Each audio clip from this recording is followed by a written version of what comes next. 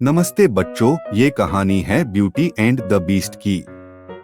एक दूर देश में एक व्यापारी और ब्यूटी नाम की उसकी खूबसूरत बेटी रहती थी। एक दिन व्यापारी जंगल में भटक गया और एक महल में पहुंच गया। वह अंदर गया और अंदर किसी को नहीं देखकर उसने वहीं रात बिताने का फैसला किया। अगली सुबह जब व्यापारी जा रहा था तो उसने बगीचे में सुंदर गुलाब के फूल देखे। उसने बेटी ब्यूटी के बारे में सोचा और एक को तोड़ लिया। अचानक एक भयानक जानवर उसके पीछे आया और उसके बगीचे से चोरी करने के लिए उस पर चिल्लाया। व्यापारी डर गया और समझाया कि उसने अपनी बेटी ब्यूटी के लिए गुलाब तोड़ा है। जानवर ने कहा कि अगर उसने ब्यूटी को उसके साथ रहने के लिए भेजने का वादा किया तो वह उसे जाने देगा। व्यापारी डरते हुए मान गया। घर पर उसने दुखी मन से ब्यूटी को सारा हाल बता दिया। ब्यूटी ने अपने पिता की चिंता को शांत किया और महल में चली गई। शुरू में वह जानवर से डरती थी, लेकिन कुछ दिनों में उसे एहसास हुआ कि जानवर दयालु और कोमल था। एक दिन जानवर द्वारा उपहार में दिए गए जादुई दर्पण में ब्यूटी ने देखा कि उसके पिता बीमार हैं। उसकी उदासी को देखने में असमर्थ जानवर ने उसे घर जाने दिया। ब्यूटी फिर से घर आकर खुश थी। ब्यूटी की देखरेख में उसके पिता जल्दी से ठीक हो गए। एक दिन उसने जानवर के बारे में सोचा और उसे जादू के आईने में देखा। उसने देखा कि जानवर भी बीमार था। वह उससे मिलने महल में गई। ब्यूटी ने जानवर को दर्द से कराहते और मरते देखा। उसे देखकर वह बहुत खुश हुआ। उसने उसे पकड़ लिया और सुबकने लगी और उसे बताया कि वह उससे प्यार करती है और उसे धीरे से चूमा। उसी पल में जानवर एक सुंदर राजकुमार में बदल गया। सौंदर्य हैरान था। राजकुमार ने समझाया कि उसके मीठे शब्दों ने उस जादू को तोड़ दिया था जो उस पर एक चुड़ैल द्वारा डाला गया था। उन्होंने जल्द ही शादी कर ली और हमेशा के लिए खुशी खुशी रहने लगे। नमस्ते बच्चों, ये कहानी है हाथी और चूहों की। किसी वन में एक पेड़ के नीचे चूहों का एक समूह रहा करता था। उसी पेड़ के पास से एक नदी बहा करती थी। एक दिन हाथियों का एक झुंड नदी के किनारे पानी पीने के लिए आया। चूहों के बहुत सारे घर अनजाने में हाथियों के पैर द्वारा कुचल दिए गए। इतना ही नहीं, इस घटना में कुछ चूहे भी मारे गए और कुछ घायल हो गए। हाथियों के नदी के पास से चले जाने के बाद चूहों ने अपनी एक सभा बुलाई। कुछ चूहों ने अपने राजा से कहा कि वे हाथियों के राजा से आज हुई त्रासदी के विषय पर वार्तालाप करें और उन्हें यहाँ दोबारा न आने के लिए भी बोले। अगले दिन चूहों के राजा हाथियों के राजा के पास पहुँचे और उनसे विनम्रता से कहा कि कल उनके समूह के द्वारा नदी में पानी पीने के कारण नदी के आसपास बने चूहों के बहुत सारे घर तबाह हो गए और इसके साथ कुछ चूहे मारे भी गए। हाथियों का राजा बहुत दयालु और शील स्वभाव का था, इसलिए उसने इतना सुनते ही अनजाने में हुई गलती के लिए चूहों के राजा से माफी मांग ली। इसके बाद उसने चूहों के राजा को प्रण दिया कि आज के बाद उनके समूह का कोई भी हाथी उस नदी में पानी पीने नहीं जाएगा। हाथियों के राजा द्वारा यह कथन सुनकर चूहों के राजा अति प्रसन्न हुए और हाथियों के राजा से कहा कि भविष्य में जब भी आपको हमारी मदद की आवश्यकता हो तो आप हमें जरूर याद करना, हम आपकी मदद करने के लिए आ जाएंगे। अपने राजा के मुख से यह वचन सुनकर सारे चूहे खुश हो गए। कुछ दिन बीत जाने के बाद एक दिन जब हाथियों का राजा अपने साथियों के साथ पानी पीने जा रहा था, तभी वह शिकारियों द्वारा बिछाई गई जाल में फंस जाता है। हाथी का राजा जाल से निकलने का खूब प्रयास करता है, परंतु हर बार वह जान से निकलने में नाकामयाब होता है।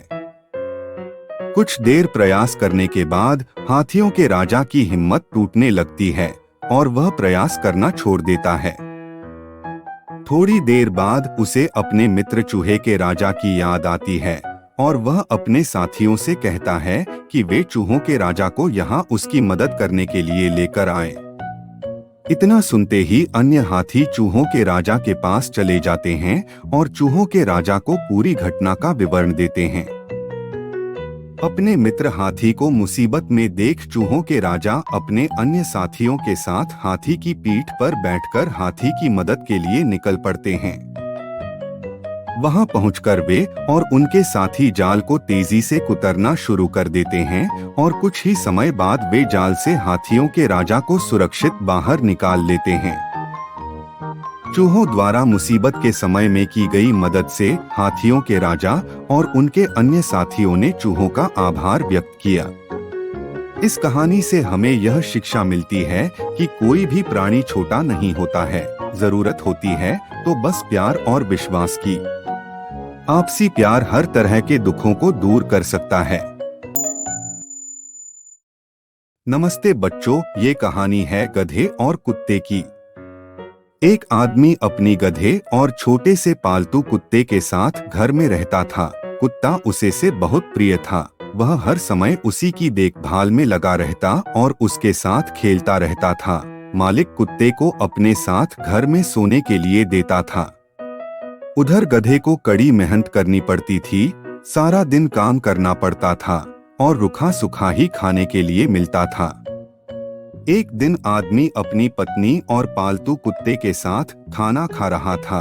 स्वादिष्ट खाने को देखकर गधे के मुंह में पानी आ गया और गधा भी मालिक के साथ बैठकर खाना खाना चाहता था। यह सब देख कर के गधा मालिक की गोद में जाकर बैठना चाहा, परंतु उसने सारा खाना इधर उधर गिरा दिया। मालिक ने डरकर नौकर को बुलाया और गधे को पीट पीट कर घर से बाहर निकाल दिया। लहूलुहान गधा पड़ा पड़ा कराहने लगा, हाय मुझे कुछ मिल रहा था, मैं उसी में संतुष्ट क्यों नहीं रहा। ईर्ष्या से भरकर मैंने कुत्ते की नकल करने की कोशिश की और यह भूल गया था कि हम सभी अलग अलग कामों के लिए बने हैं। नमस्ते बच्चों, ये कहानी है कोबरा, सांप और कौआ की। देश में कहीं बरगद के पेड़ के नीचे कौए का जोड़ा पति पत्नी रहते थे। अब जब भी मादा अपने अंडे सेती थी तो एक कोबरा सांप पेड़ के खोखले से निकल आता था, ऊपर चढ़ जाता था और उनका भोजन कर लेता था। पास ही एक और बरगद के पेड़ के नीचे एक सियार रहता था। कौवों ने सियार को सारी बात बता दी।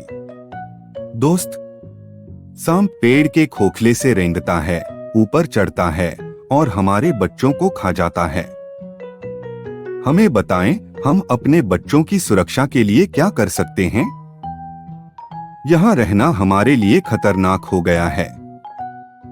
उम्मीद मत छोड़ो, सियार ने कहा।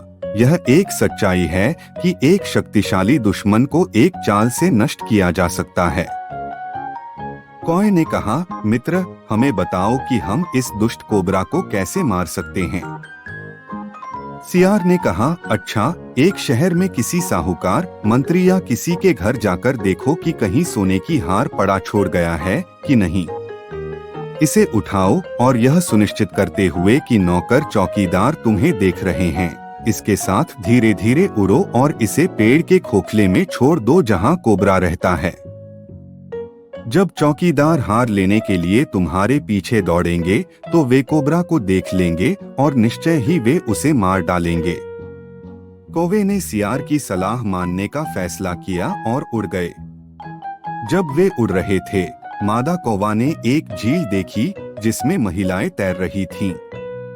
उन्होंने सोने और मोतियों के हार अपने कपड़ों के साथ सरोवर के किनारे छोड़ दिए थे। कौए ने अपनी चोंच में सोने की माला उठाई और धीरे धीरे उड़कर अपने घोंसले की ओर जाने लगी। जब चौकीदार ने यह देखा तो उन्होंने अपनी अपनी लाठियां उठाईं और कौवे के पीछे भागने लगे। उसने सोने की माला को उस पेड़ के खोखल के पास गिरा दिया जहां कोबरा रहता था और पास के एक पेड़ पर बैठ गया। जब राजा के चौकीदार वहां पहुंचे तो पेड़ की खोखल के सामने उनका सामना एक कोबरा सांप से हुआ जिसका फन फूला हुआ था। उन्होंने कोबरा को डंडों से मारा, सोने की चेन बरामद की और घर लौट आए। और कौवे हमेशा खुशी से रहते थे। नमस्ते बच्चों, ये कहानी है शेर और लकड़हारा की। बहुत समय पहले की बात है। गांव में एक लकड़हारा रहता था। वह रोज जंगल में लकड़ी काटने जाता था। उसकी पत्नी दोपहर के भोजन के लिए घर का बना खाना पैक करती थी। एक दिन जब लकड़हारा जंगल में अपना खाना खा रहा था, तो उसने देखा कि एक शेर वहां आ रहा है। शेर को देखकर वह बहुत डर गया, लेकिन उसके पास बचने का कोई रास्ता नहीं था। यह मेरे जीवन का अंत है, लकड़हारे ने सोचा। लेकिन वह हैरान रह गया जब शेर ने उस पर हमला नहीं किया और पूछा, तुम क्या खा रहे हो? यह बहुत अच्छी खुशबू आ रही है। ईश्वर ने मुझे अपनी जान बचाने का मौका दिया है। खाना इतना लजीज लग रहा था कि शेर खुद को खाने से नहीं रोक सका। उसने स्वादिष्ट भोजन का आनंद लिया और लकड़हारे से कहा, तुम्हारी पत्नी एक अच्छी रसोइया है। अब लकड़हारे ने कहा, मैं अपना लंच पैक रोज अपने साथ लाता हूँ। तुम रोज मेरे साथ लंच करने क्यों नहीं आ जाते? ओह, यह आपकी बहुत मेहरबानी है। यह मेरे लिए बहुत खुशी की बात होगी, शेर ने कहा। अगले दिन लकड़हारा और शेर एक साथ खाना खाने लगे और वे बहुत अच्छे दोस्त बन गए। शेर इतना खुश था कि वह कच्चे मांस की जगह स्वादिष्ट पका खाना खा सकता था। उसे शिकार की तलाश करने की कोई जरूरत नहीं थी। शेर के दोस्त लोमड़ी और कौआ इतना परेशान हो गए, क्योंकि पहले जब शेर अपने शिकार का शिकार करता था तो वे बचा हुआ मांस खाते थे, और अब जब शेर शिकार नहीं कर रहा होता है तो उन्हें अपना भोजन खुद तलाशना पड़ता है। वे दोनों इतने आलसी और चतुर थे और अपना भोजन पाने के लिए कोई प्रयास नहीं करना चाहते थे। वे शेर के पास गए और बोले, साहब, आप इन दिनों शिकार क्यों नहीं कर रहे हैं? आप अपना पेट भरने के लिए रोज कहाँ जाते हो? शेर ने उन्हें कुछ भी बताने से मना कर दिया, लेकिन लोमड़ी और कौआ धूर्त जानवर थे। उन्होंने इतना जोर दिया और शेर ने उन्हें सब कुछ बता दिया। हे हमारे राजा, कृपया हमें अपने साथ ले जाएं, ताकि हम स्वादिष्ट भोजन के कुछ निवाले खा सकें। शेर ऐसा करने के लिए तैयार हो गया, क्योंकि वे दोनों लंबे समय से उसके दोस्त थे। वह नहीं जानता था कि उसके धूर्त मित्र लकड़हारे को मारकर खाने की योजना बना रहे थे। अगले दिन जब शेर लकड़हारे के पास गया तो उसके साथ लोमड़ी और कौआ भी अकेला नहीं था। लकड़हारा शेर के आने का इंतजार कर रहा था, लेकिन जब उसने देखा कि शेर एक लोमड़ी और एक कौवे के साथ आ रहा है तो वह पास के एक पेड़ पर चढ़ गया। शेर आया और बोला, तुम पेड़ पर क्यों चढ़े? तुम डर क्यों रहे हो? मैं तुम्हारा दोस्त हूँ, कृपया नीचे आओ। नहीं, मैं नहीं करूँगा। लकड़हारे ने कहा, तुमने मुझे साथ आने का वादा किया था और अब तुम इन धूर्त प्राणियों के साथ आए हो। मैं उन पर विश्वास नहीं कर सकता। वे चतुर हैं और मुझे मारने के लिए तुम्हें प्रभावित कर सकते हैं। मैं अपनी जान जोखिम में नहीं डाल सकता। शेर, लोमड़ी और कौए के चले जाने पर लकड़हारा नीचे उतरा और अपने घर चला गया। और भी मजेदार कहानियाँ सुनने के लिए कृपया FDW2 किड्स चैनल को लाइक और सब्सक्राइब करें।